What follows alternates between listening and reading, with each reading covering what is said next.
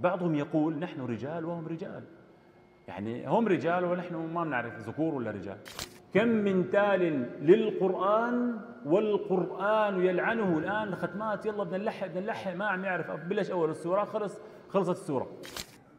من مصيبة المصائب في هذه الأيام أن ينشغل شبابنا وأن تنشغل زوجاتنا وأمهاتنا بالتوافه عن قراءة القرآن. من مصيبة المصائب أن نشغل في هذه الأيام بالمسلسلات ومشاهدة التوافه على البثوث المباشرة، وهذا يحدث كثير في الشباب، بيفتحوا بث مباشر ونحن بنشوف نطالع هو وزوجته. أنا لا أتحدث الآن عن الحكم الشرعي لهذا الذي يخرج على البث المباشر مع زوجته وأن هذا شيء من الدياثة، لكن أتحدث عن شبابنا، عن أنفسنا. ماذا يجب علي أنا كمسلم الآن في هذه العشر الأخيرة التي هي ما تبقى من الفرصة لكي يغفر لك؟ رغم أنفه ثم رغم أنفه ثم رغم أنفه، يقول النبي صلى الله عليه وسلم، يعني التصق بالرغامة وهي التراب. من يا رسول الله؟ قال الذي أدرك رمضان ثم انسلخ رمضان ولم يغفر له. هل حرصت في هذه الأيام حرصك على المغفرة، حرصك على جمع المال، حرصك على الشيء الذي تريده؟ هل حرصت حرصا شديدا على أن يغفر لك؟ أين أنت من كتاب الله عز وجل؟ أين أنت من الاعتكاف؟ أين أنت من الصدقات؟ بل أين أنت من التوبة يا أخي؟ أين أنت من التوبة؟ لطالما أذكر نفسي وإخواني النبي صلى الله عليه وسلم كان يتوب في اليوم والليلة 70 مرة، في رواية أكثر من 100 مرة. يا جماعة النبي صلى الله عليه وسلم الذي غفر له ما تقدم من ذنبه وما تأخر يتوب في اليوم، يستغفر إلى الله، يرجع إلى الله عز وجل، ونحن التعبانين، نحن المقصرين، نحن اللي ما نعلم هل يغفر الله لنا أم لا يغفر. ألا نرجع إلى الله ونتوب إلى الله عز وجل. أول ما تفعله في هذه العشر المتبقية مما تبقى من العشر الأواخر أن تتوب إلى الله عز وجل، أن ترجع إلى الله عز وجل، أن تنصرف عن الشواغل التي تشغلك بالاتجاه إلى الله عز وجل. كان النبي صلى الله عليه وسلم يجتهد في العشر الأواخر من رمضان ما لا يجتهد فيما سواها، يجتهد في العبادة.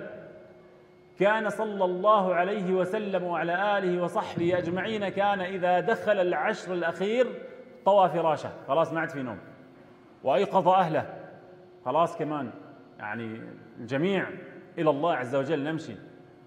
وشد مئزره صلى الله عليه وسلم، لا نساء لا نوم، الجميع مستنفر لكي يقبل على الله عز وجل.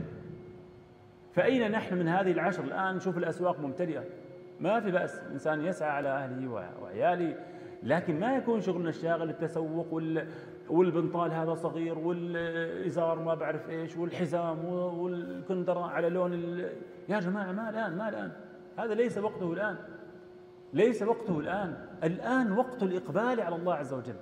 الآن من اللحظة انوي الخير، الآن انوي أن يا رب أنا ما تبقى من رمضان سأقبل على الله، سأقبل على الله عز وجل بالتوبة، سأقبل على الله عز وجل بكثرة الصلاة على النبي صلى الله عليه وسلم، سأقبل على الله بتلاوة كتاب الله عز وجل. كم مرة ختمت القرآن الكريم برمضان؟ يمكن قصرت، يمكن تعبت، يمكن اليوم أقول بكرة الجزء الثاني بصير جزئين وثلاثة وهكذا، وأنت الآن لم تختم ختمة واحدة. أقل القليل أن تقبل على الله في رمضان بأن تختم مرة واحدة. طب باقي عندنا الآن حوالي 7 أيام، يلا، وهذه السنة أن يختم الإنسان في 7 ليال. وقال أهل العلم بجواز ذلك في حسب يعني رمضان ممكن تختمه ب3 أيام، لكن الآن خلينا نشتغل على ختمة، خلينا نشتغل الآن على ختمة. القرآن الكريم يا جماعة، القرآن الكريم هو حياتنا. أنا بدي أسألكم بالله، لا تجيبوا لكن بنفسكم، مين مننا كان يقرأ صفحة من كتاب الله عز وجل بتمعن وتدبر، يقرأ آية آية كلمة كلمة؟ كم من تال للقرآن والقرآن يلعنه. الآن ختمات يلا بدنا نلحق ما عم يعرف، بلش أول السورة خلصت السورة. ما هكذا. الحسن البصري قال إنما أنزل القرآن ليعمل به، والعمل يجب أن يسبقه تدبر، وإلا كيف؟ كم من تال للقرآن والقرآن يلعنه. ألا يقرأ أحدنا ألا لعنة الله على الظالمين وهو ظالم لنفسه؟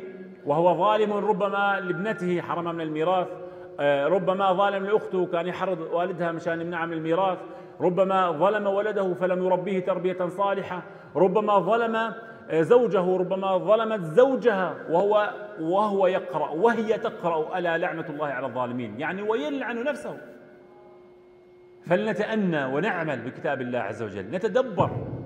كان السلف الصالح رضوان الله تعالى عليهم قالوا كيف حفظتم القرآن؟ قالوا كنا نحفظ 10 آيات فلا ننطلق إلى غيرها حتى نعمل بها. القرآن كان عندهم منهج حياة. قيل لأحد العلماء الربانيين كيف وصل السلف إلى ما وصلوا عليه من عزة وتمكين وقوة وجهاد في سبيل الله عز وجل، ونحن ما وصلنا عليه، نحن مسلمين وإني مسلمين. قال لأنهم كانوا يتعاملون مع قرآنهم كما تتعاملون أنتم مع جوالكم. هن كانوا يتعاملوا مع القرآن مثل ما أنتم بتتعاملوا مع إيش؟ مع الجوال. الآن الجوالات إيدنا بتحكنا إذا تأخرنا شوي، بدنا نشوف شو فيه، نضل نبحث بالليل قبل ما ننام نتصفح، ولما نفيق مباشرة. وهذه نصيحة أيضا لمن أراد أن يحافظ على ورده من كتاب الله عز وجل والأذكار بالقرآن.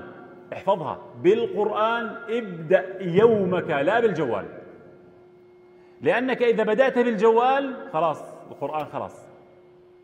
أول ما تفتح اترك الجوال وابدأ بالقرآن الكريم.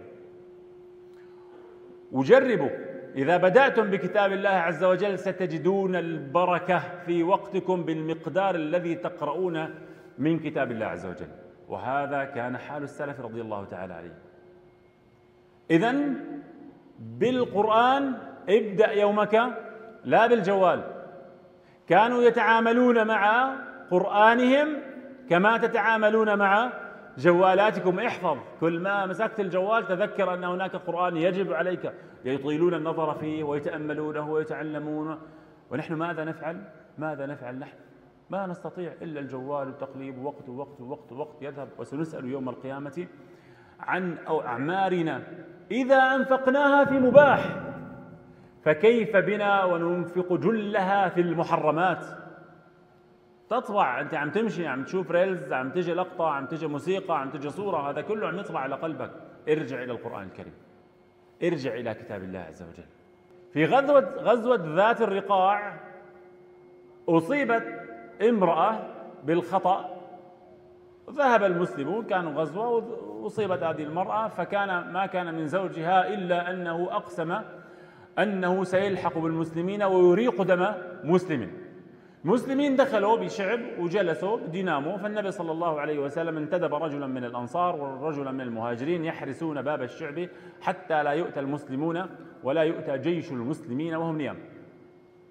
فقال المهاجر للأنصاري: أتكفيني أول الليل أم آخره؟ قال: لا، أنا أكفيك أول الليل. وقام الأنصاري يصلي، دخل في صلاته وهو يصلي وهو قائم، فأتى هذا المشرك ووضع السهم في أصاب هذا المسلم، فما كان من المسلم إلا أن نزع السهم ثم تابع في صلاته، ثم رماه ثانية ثم نزع وتابع في صلاته، ثم رماه ثالثة فنزع ثم ركع وأيقظ صاحبه الذي بجانبه. فلما أدرك هذا المشرك أنه المسلمين انتبهوا هرب، فقال له: غفر الله لك، لماذا لم توقظني من أول مرة؟ قال: والله كنت أقرأ سورة أحبها. شوفوا يا جماعة، كنت أقرأ سورة أحبها ولولا خشيتي على المسلمين ما قطعت صلاتي وما تركت السورة حتى أنفذها. لك أن تتخيل يقرأ القرآن ويستمتع، بيجي سهم يخلع السهم ويبقى في صلاته. يعني بعضهم يقول نحن رجال وهم رجال، يعني هم رجال ونحن ما بنعرف ذكور ولا رجال. لا، فرق كبير، فرق كبير، فرق كبير. خير جيل لخير نبي، لن يتكرر جيل الصحابة كجيل برمته أبدا. قد تشبه بعض الأفراد بعضا من أفراد الصحابة، نعم، لكن أن يتكرر الجيل خلاص، أفضل جيل هو جيل الصحابة. هكذا كانوا يتعاملون مع القرآن الكريم. فكيف نتعامل نحن مع القرآن الكريم؟ هل يعني حياتنا كلها في كتاب الله وننظر في أحكامه وتلاوته؟ طب لا أستطيع أنا، لكن خذ القدر المناسب، يعني كل يوم لازم أقل شيء. ما تستطيع أخي اقرأ صفحة، لا تنقطع عن كتاب الله عز وجل. ايمت بيجي رمضان نصير ندور على مصاحفنا وينها؟ طب وكل السنين وين القرآن الكريم؟ طب أنا لا أستطيع الآن أن أقرأ، يا أخي أسمع أضع وأسمع. والهجر أنواع، هجر كتاب الله عز وجل، الهجر أنواع، هجر التلاوة، في ناس ما تقرأ، ومن قرأ حرفا من القرآن كان له حسنة، والحسنة بعشر أمثالها أو بعشرة أمثالها. لا أقول ألف حرف، ألف لام ميم حرف، بل ألف حرف ولام حرف وميم حرف. من الناس من يهجر التلاوة، ومن الناس من يهجر السماع، وهذا هجر أيضا، ومن الناس من يهجر التطبيق والعمل، ومن الناس من يهجر التداوي، لا يرقي مثلا، لا يرقي ابنه ولا نفسه بكتاب الله عز وجل. فهذه أو أنا أنصحكم بالإقبال على الله عز وجل بالقرآن الكريم.